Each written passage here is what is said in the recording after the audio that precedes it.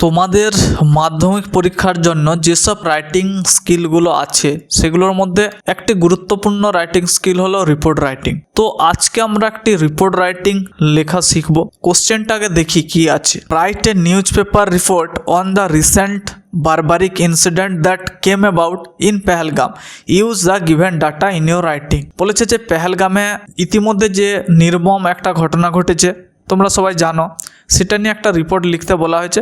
তোমাকে কিছু হিন্ট বা ক্লু দেওয়া আছে, অপশান দেওয়া আছে, সেগুলো তুমি ইউজ করে লিখবে। আচ্ছা, তার আগে আমরা কি একটু জেনে নেব যে কী করে রিপোর্টিং লিখতে হয়।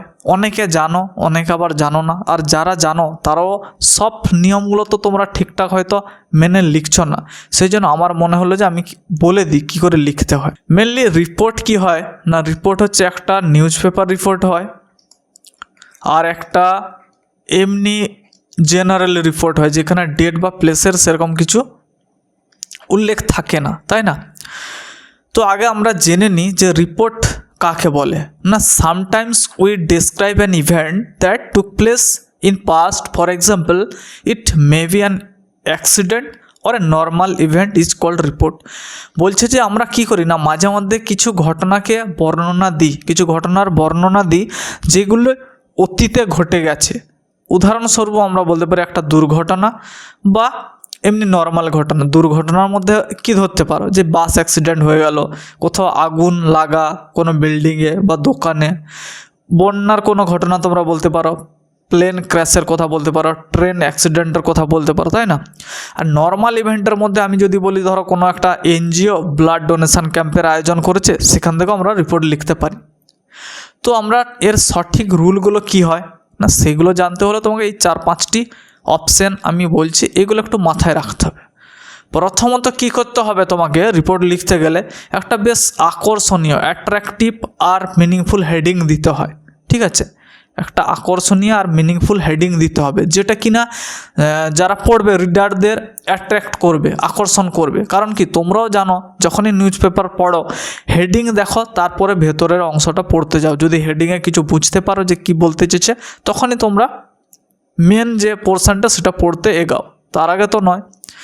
এবার অ্যাট ফার্স্ট আমরা কি করি না, যখনই রিপোর্ট লিখছি, যেমন এখানে আমি অলরেডি লিখে রেখেছি, যখন পড়বো তোমরা দেখবে যে একটা হেডিং কী বললাম, একটা অ্যাট্রাকটিভ হেডিং। যেমন আমি এখানে লিখে রেখেছি যে attack in Pahalgam claim 26 people, তাহলে এটা দেখে আমি বুঝতে পেরে যাচ্ছি যে ভেতরে কি বলা হয়েছে।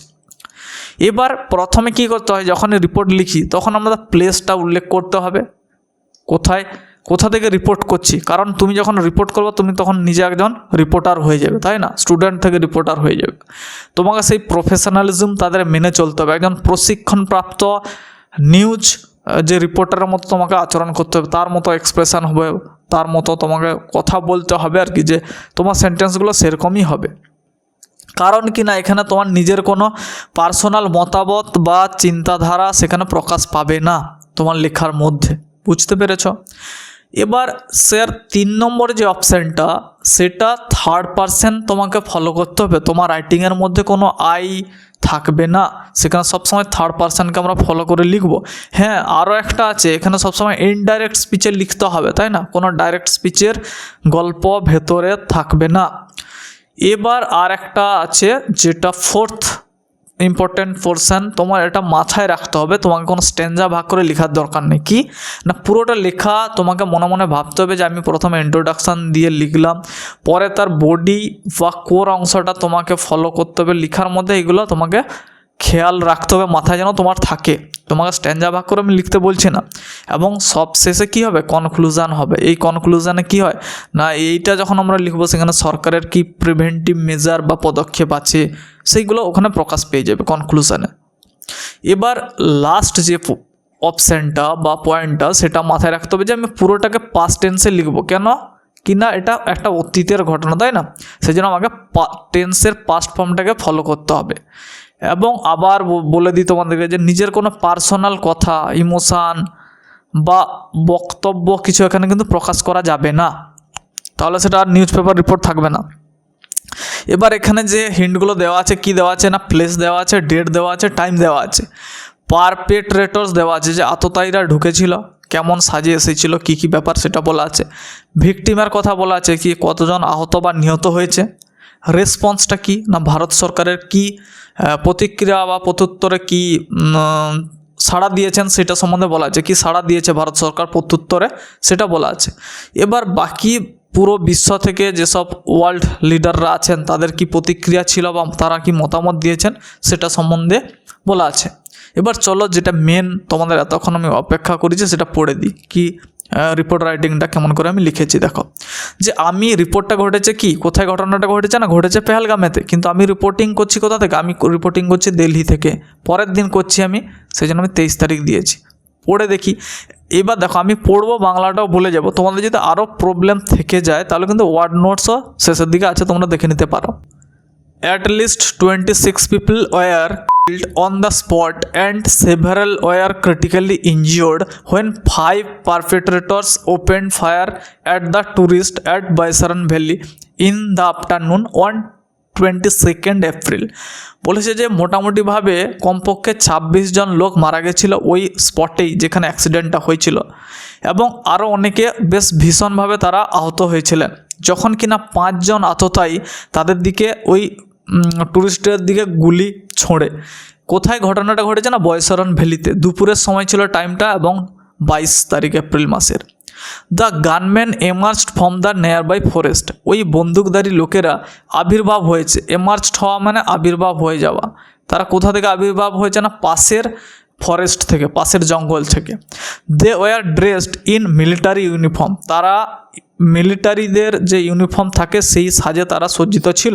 And were armed with M4 carbines and AK-47, এবং তাদের হাতে ছিল M4 কার্বিনস এবং AK-47। The terrorist forced the Hindu tourist to recite kalma and Islamic verse and kill them who fail to do the same brutally. তারা কি করেছিল, ওই আততায়ীরা force করেছিল হিন্দু যে টুরিস্টদের তাদের আবৃত্তি করতে বলেছিল কলমা, যেটা কিনা একটা ইসলামিক ভার্স বা স্তুতি বলা যেতে পারে, এবং কিল্ড দেম, তাদেরকে হত্যা করেছিলেন যারা কিনা ব্যর্থ হয়েছিলেন ওইটা কলমাটা আবৃত্তি করতে। ব্রুটালি, নির্মমভাবে তাদের মারা হয়েছিল। Some newly wed couples also were among them, সদ্য বিবাহিত কিছু দম্পতিও ছিল তাদের মধ্যে। They slew them in front of their wives daughters and son in daylight, তারা স্লিউ মানে হত্যা করেছিল, তাদেরকে হত্যা করা হয়েছিল পুরুষ মানুষগুলোকে, ইন ফ্রন্ট অফ সামনে, কাদের সামনে না অফ দেয়ার ওয়াইফস, তাদের স্ত্রী, তাদের কন্যা এবং তাদের সন্তানের সামনে, দিবালোকে।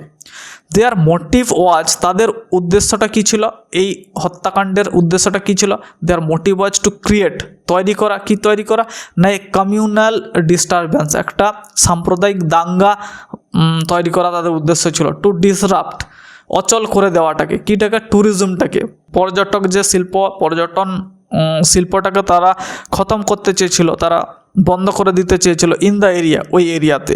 The tourist seen running desperately begging their lives and a wave of panic was there. টুরিস্টরা পর্যটকরা কি করেছিলেন, তাদেরকে দেখা গেছে যে ছুটতে, ডেসপারেটলি মানে বেপরোয়াভাবে তারা ছুটছিলেন, বেগিং দেয়ার লাইফ, তাদের জীবন ভিক্ষা করে, and a wave of panic was there, এবং একটা আতঙ্কের ঢেউ ছিল ওখানে। The injured people were rush to the nearby hospital in air ambulance, আহত মানুষদের পাশের হসপিটালে নিয়ে যাওয়া হয়েছিল এয়ার অ্যাম্বুলেন্সে করে। The army cordon the area immediately, যে সৈনিকেরা কি করেছিলেন না চারদিক থেকে ঘিরে ফেলেছিলেন ওই জায়গাটাকে সঙ্গে সঙ্গে। In a decisive response to the gruesome attack Indian government has suspended the visa of Pakistanis, banned the YouTubers of the country and kept a abeyance on Indus water treaty. In a decisive response, নির্ণায়কমূলক প্রত্যুত্তরে ভারত সরকার এই নির্মম আক্রমণটার প্রত্যুত্তরে ভারত সরকার suspend করে দিয়েছেন, রোধ লাগিয়েছেন কিসে না ভিসাতে, পাকিস্তানিদের যে ভিসা আছে সেটাতে তাদের সাসপেন্ড করে দিয়েছেন, ব্যান করেছেন কিছু ইউটিউবারকে, পাকিস্তানের ইউটিউবারদেরকে ভারতে তাদের ইউটিউবার চলবে না বন্ধ করে দিয়েছেন। অ্যান্ড কেপ্ট এ অ্যাভিয়েন্স, এবং একটা স্থগিতাদেশ রেখে দিয়েছেন কিসে না, যেটা ইন্ডাস ওয়াটার ট্রিটি ছিল, 1960 সালে এটা চালু হয়েছিল। এই ইন্ডাস ওয়াটার ট্রিটি যে চুক্তিটা ছিল ভারত পাকিস্তানের মধ্যে, সেটাও রোধ করা হয়েছে। Leaders across the whole world strongly condemn the attack by TRF backed by Pakistan. Leaders, নেতারা, যে ওয়ার্ল্ড লিডার্সরা আছেন পুরো বিশ্ব থেকে, তারা সবাই বেশ কঠিনভাবে এটাকে ধিক্কার জানিয়েছেন এই অ্যাটাকটাকে, যেটা কিনা টিআরএফ করেছে আর পাকিস্তানের দ্বারা, পেছনে পাকিস্তান আছে। Home minister airdash to the spot, আমাদের যে স্বরাষ্ট্রমন্ত্রী তিনি ছুটে গেছেন ওই জায়গাটাতে টু কনসোল দ্য ভিকটিমস, না ওই যারা আহত বা নিহত হয়েছেন তাদের ফ্যামিলিদেরকে সান্ত্বনা দেওয়ার জন্য, কনসোল করার জন্য।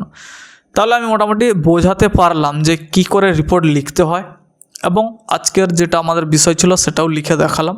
এবার তোমাদের ওয়ার্ড নোটস আছে, তোমরা দেখে নিতে পারো।